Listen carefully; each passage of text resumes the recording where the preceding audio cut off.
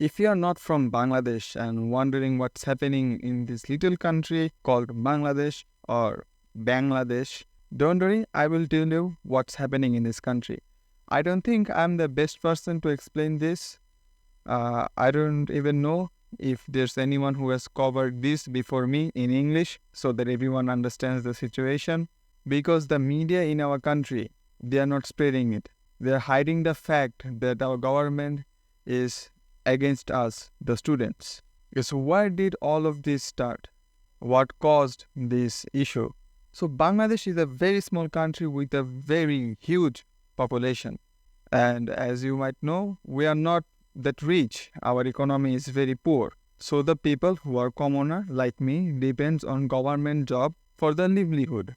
Now, every government job is very important. I don't think that there is, not every government job, I think that every job is equally important.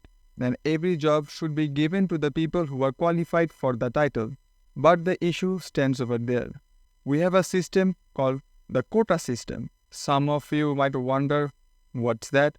Basically, there are some reserved seats or position for some entitled people, including some other people also. So the seats for Bangladesh for the quota part is 56%. And among those 56%, 30% goes for the entitled people, 10% goes for the women, 10% goes for the ethnic minorities, and 1% is for the people with disabilities. Other 10 or 20 percentage might be okay or it's alright, but the 30%, the problem lies over there. Now, who are these entitled people?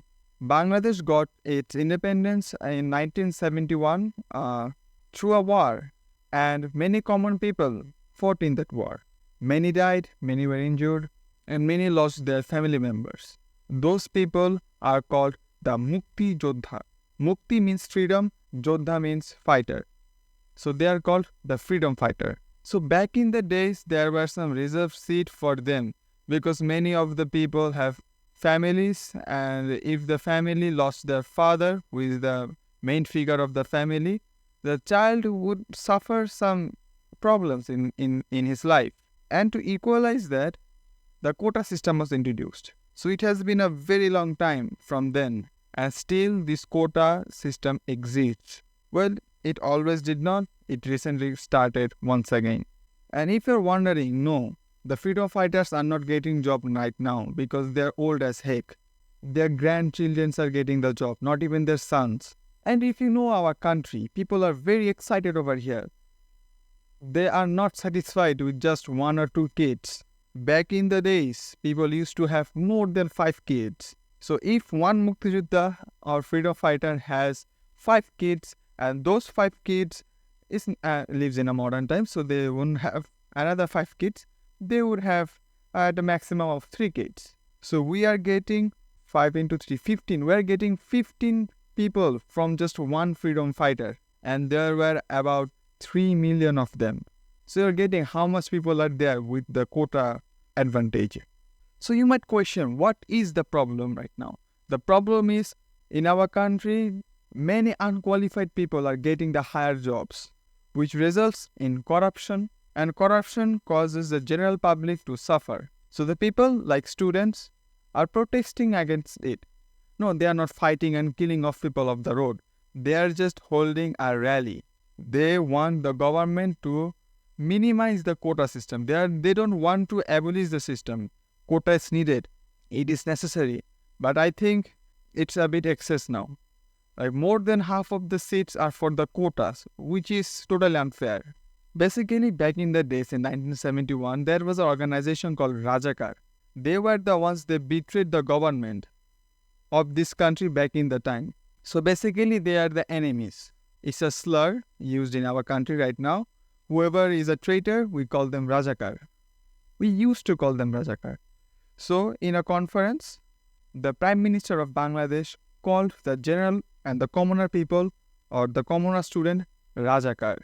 This angered every student in the country, and they went on the roads to protest. Now the government cannot attack the people or the student, because if the government attacks, the government will be a bit more faulty than they are So there is another organization that exists in every public university in Bangladesh. That organization is called Chhatra League. They are students, maybe, who look out for other students in their campus. Chhatra League used to be a thing of pride and joy back in the days because of them we get our mother tongue, and we got our mother tongue and this freedom. But nowadays it is nothing but a place for having foods day and night. So the people of Chhatra Leagues are attacking violently many students died, and the police were ordered to control the public, and many did. I'm not complaining about every police, but some police shot the student to their death. I mean, if they wanted to shoot, just shoot in the leg, but they didn't. They pointed the gun at the heart of the student and killed him. The situation is very, very bad in our country because the media, the news reporters are not reporting this completely. They're blinding the eye. They are not including the police, the government, and the Chhatra League people. They are just including the students who are rallying against the government. So this was everything about what is happening in Bangladesh.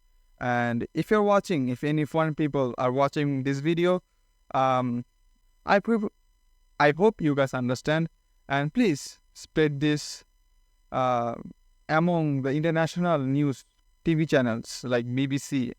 I think that BBC already covered on this topic, but I think people should know. And if you're curious, I hope I filled your curiosity.